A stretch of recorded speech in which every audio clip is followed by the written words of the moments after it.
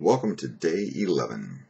Today we'll be reading Genesis 37 from the New Living Translation. Today's passage is called Dad's Favorite.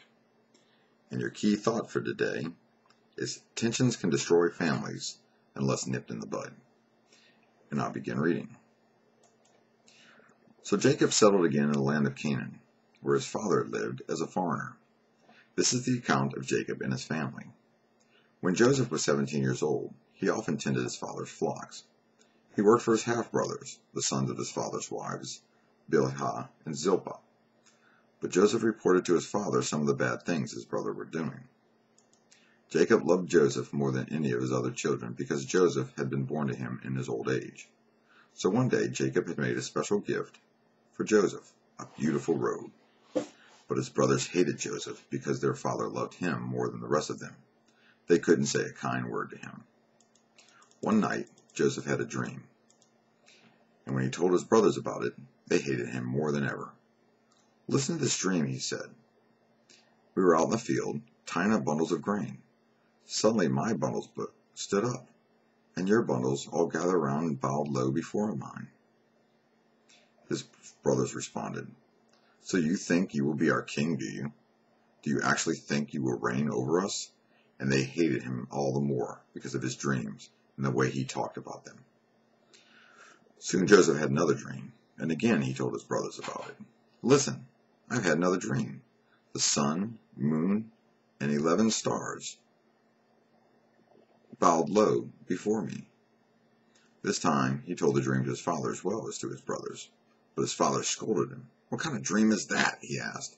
"Will your mother and I and your brothers actually come and bow to the ground before you?" But while his brothers were jealous of Joseph, his father wondered what the dreams meant. Soon after this, Joseph's brothers went to pasture their father's flocks at Shechem. When they had been gone for some time, Jacob said to Joseph, "Your brothers are pasturing the sheep at Shechem. Get ready, and I will send you to them." "I'm ready to go," Joseph replied. "Go and see how your brothers and flocks are getting along," Jacob said. "Then come back and bring me a report." So Jacob sent them on his way, and Joseph traveled to Shechem from their home in the valley of Hebron. When he arrived there, a man from the area noticed him wandering around the countryside. "What are you looking for?" he asked. "I'm looking for my brothers," Joseph replied. "Do you know where they are pasturing their sheep?" "Yes," the man told him. "They have moved on from here, but I heard them say, 'Let's go on to Dothan.'" So Joseph followed his brothers to Dothan and found them there. When Joseph's brothers saw him coming, they recognized him in the distance. As he approached, they made plans to kill him. "Here comes the dreamer," they said. "Come on, let's kill him and throw him into one of these cisterns. We can tell our father a wild animal is eating him. Then we'll see what becomes of his dreams." But when Reuben heard of this scheme, he came to Joseph's rescue. "Let's not kill him," he said. "Why should we shed any blood? Let's just throw him into one of these empty cisterns in the wilderness. Then he'll die without our laying a hand on him." Reuben was secretly planning to rescue Joseph and return him to his father. So when Joseph arrived, his brothers ripped off the beautiful robe he was wearing. Then they grabbed him and threw him into the cistern. Now the cistern was empty, there was no water in it. Then, just as they were sitting down to eat, they looked up and saw a caravan of camels in the distance coming toward them. It was a group of Ishmaelite traders taking a load of gum, balm, and aromatic resin from Gilead down to Egypt. Judah said to his brothers, what will we gain by killing our brother? His blood would just give us a guilty conscience. Instead of hurting him, let's sell him to these Ishmaelite traders. After all, he is our brother, our own flesh and blood." And his brothers agreed. So when the Ishmaelites, who were Midianite traders, came by, Joseph's brothers pulled him out of the cistern and sold him to them for 20 pieces of silver, and the traders took him to Egypt.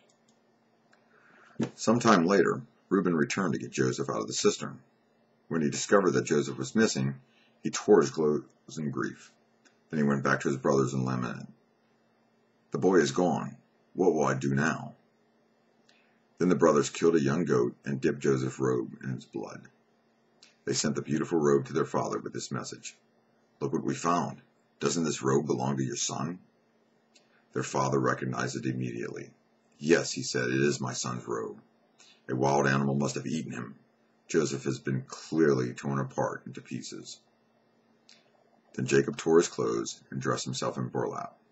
He mourned deeply for his son for a long time. His family all tried to comfort him, but he refused to be comforted.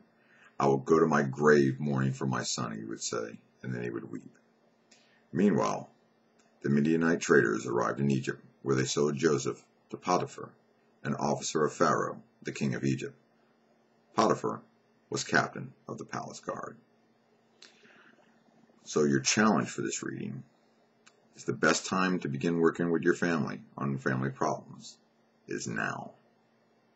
God bless, and I will see you on day 12. Have a blessed day.